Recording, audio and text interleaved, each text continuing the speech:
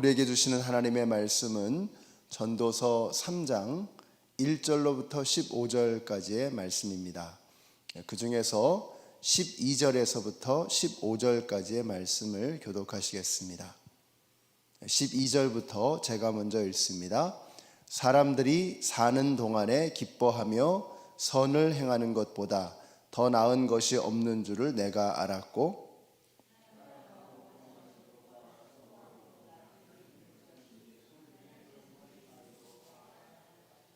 하나님께서 행하시는 모든 것은 영원히 있을 것이라.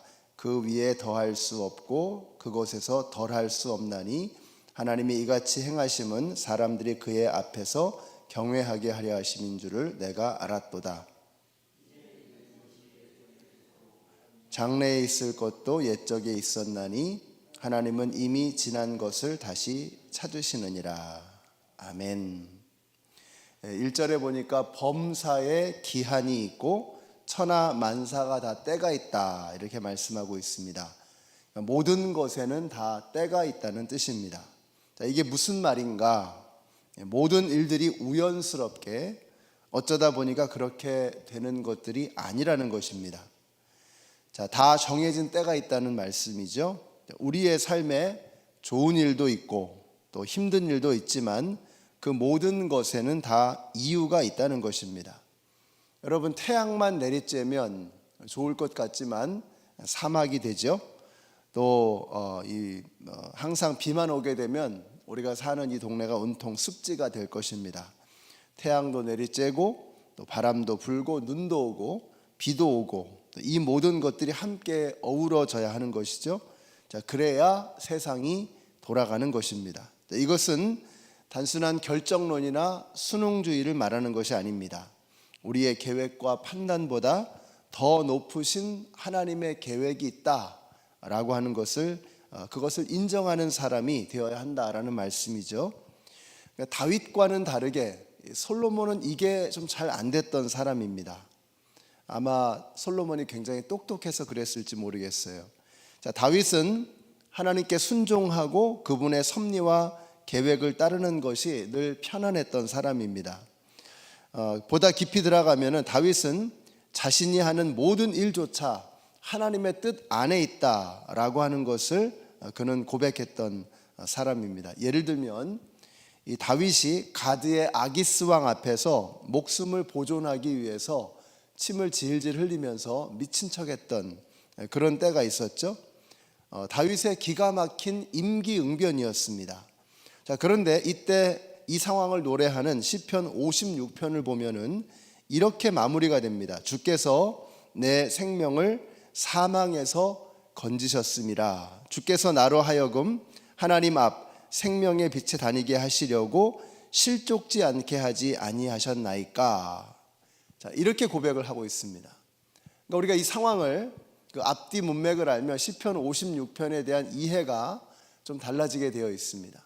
그러니까 자신이 임기응변으로 그 위기의 상황을 모면했는데 다윗은 뭐라 그래요? 주께서 나를 사망에서 생명으로 옮겨주셨다. 그 다음에 이 모든 것이 하나님께서 하신 일이다, 이렇게 그가 고백을 하고 있는 것입니다. 참 재미있습니다. 그러니까 다윗은 자기가 머리를 굴려서 임기응변으로 생명을 건져놓고 나서는 그게 다 하나님이 하신 일이다, 이렇게 말하고 있는 거죠. 그러니까 우리하고는 좀 다르다는 것을 느낄 수가 있습니다. 우리는 하나님이 하신 것도 자기가 한 줄로 알고 착각을 하고는 합니다. 근데 다윗은 자기가 한 것 같은 일인데도 그게 다 하나님께서 해주신 일이다, 이렇게 고백을 하는 거죠. 그러니까 하나님이 도와주지 않으셨다면 그런 생각을 할 수도 없고, 하나님이 도와주지 않으셨다면 그런 어설픈 연기에 상대방이 넘어가게도 하지 않으셨을 것이다 하는 이런 생각을 다윗은 하고 있는 것입니다. 자, 이런 다윗과는 다르게 솔로몬은 머리가 좋다 보니까, 정치 능력, 외교 능력이 출중하다 보니까 자기의 머리로 일을 처리하려고 하고 자기가 컨트롤하려고 하는 그런 성향이 강했던 사람인 것입니다. 자, 그것도 하나님과 상관없이 그렇게 하는 거죠. 그래서 결혼 문제도 그렇고 이게 하나님께 물어보고 뭘 결정하는 게 아닙니다. 단순히 여색을 밝히는 사람이라고 솔로몬이 그렇게 많은 여인을 거느리고 그랬던 것이 아닙니다. 이 사람은 정략 결혼을 통해서 자신의 입지를 정치적으로 외교적으로 풀어가려고 했던 그런 노력을 했던 것이죠. 그러니까 하나님한테 물어보고 그런 걸 하는 게 아닌 것입니다. 그러니까 이 다윗과 솔로몬이 참 다르구나 하는 것을 보게 되죠.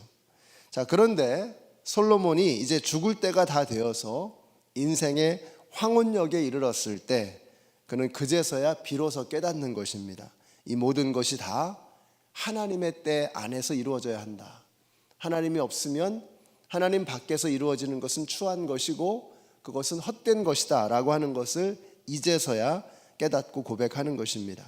자, 2절부터 나오는 말씀은 전부 다 우리가 살면서 만나게 되는 그런 일들이죠. 그래서 1절부터 함께 읽으면서 한번 보세요. 1절부터 8절까지 같이 한번 읽겠습니다. 그 내용을 보면서 이게 우리가 사는 삶의 모습이구나. 자, 8절까지 같이 읽겠습니다.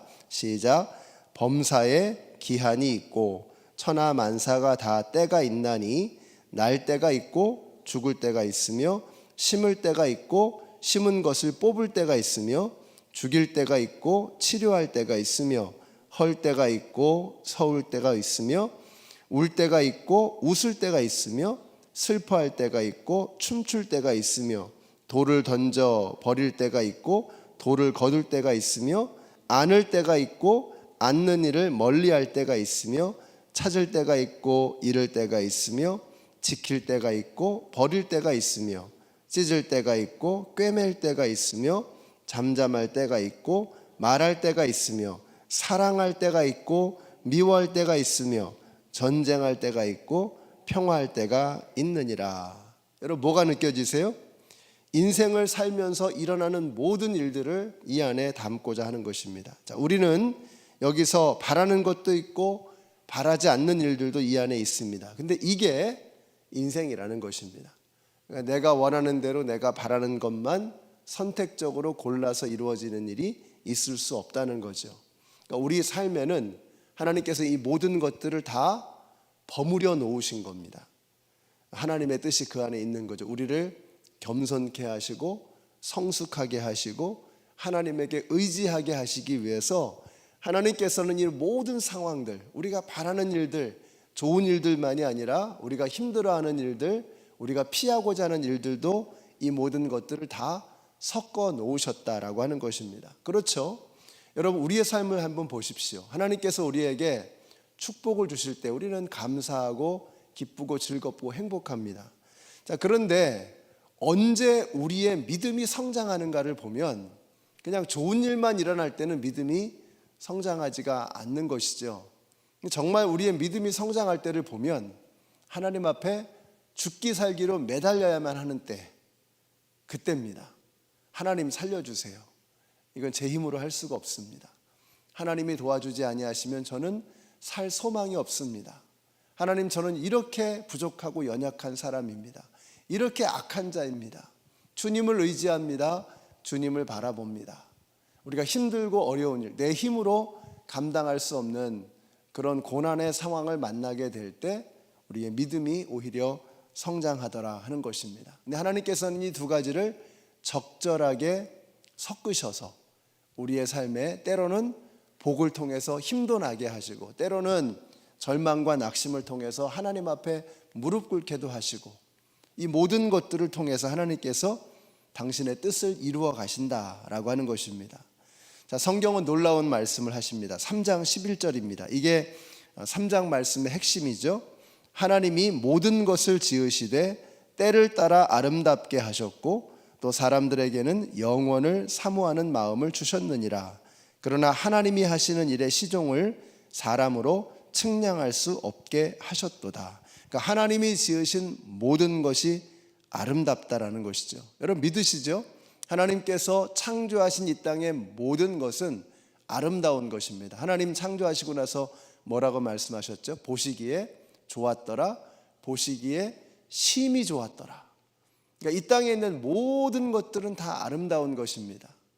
여기 보니까 영어 성경에 He has made everything beautiful in its time. 그 시간 안에만 있으면 그 모든 것은 다 아름다운 것이다. 하나님의 때, 하나님의 섭리, 하나님의 다스림, 하나님의 통치 안에만 있으면 그 모든 것은 다 아름다운 것이다. 그리고 왜 세상이 추해졌어요? 하나님의 손에서 벗어났기 때문입니다. 하나님의 다스림을 거부했기 때문인 것이죠. 그러니까 아름다움이라고 하는, 여기 오늘 설교의 제목을 아름다움의 조건이라고 했어요. 아름다움은 언제 오는 것이냐? 그 자체의 아름다움이 담겨져 있는 것이 아닙니다. 그것이 하나님 안에 있느냐, 하나님 안에 있지 않느냐, 여기에 아름다움의 조건이 달려있다라고 하는 것입니다. 오늘 저와 여러분의 삶이 아름다워지기를 원합니다. 그러면 방법은 하나인 거죠.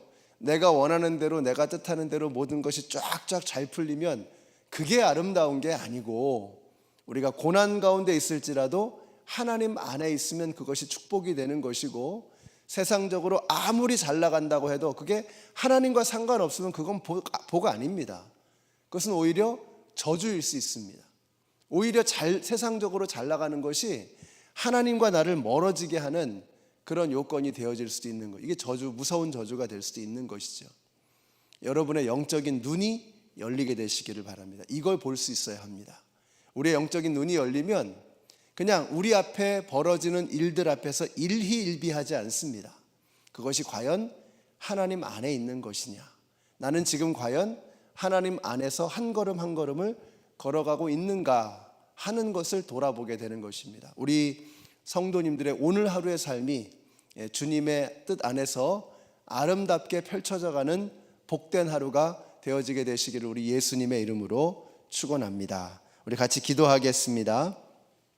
오늘 기도하실 때 우리의 삶이 하나님 안에서 움직이는 한 걸음 한 걸음이 되게 하여 주시고, 오늘 우리 성도님들이 겪는 모든 일들이 주님의 뜻 안에서 이루어짐으로 절망을 극복하고 하나님이 주신 축복에 교만하지 않고 감사함으로 그 하루하루의 삶이 아름다운 삶이 되어질 수 있도록 위해서 기도해 주시기 바랍니다. 또 한 가지 기도 제목은 우리 교회에 질병으로 어려움 당하시는 성도님들이 여전히 투병하고 계십니다. 그들을 생각하면서 우리 대강절 애드벤트인데요, 예수님이 오시면 예수님의 치유의 능력의 손길이 임하시면, 그러면 질병의 권세는 떠나갈 것을 우리가 믿고, 우리 교우들을 위해서 질병 가운데 힘들어하고 계시는 우리 분들을 위해서 같이 합심해서 기도하겠습니다.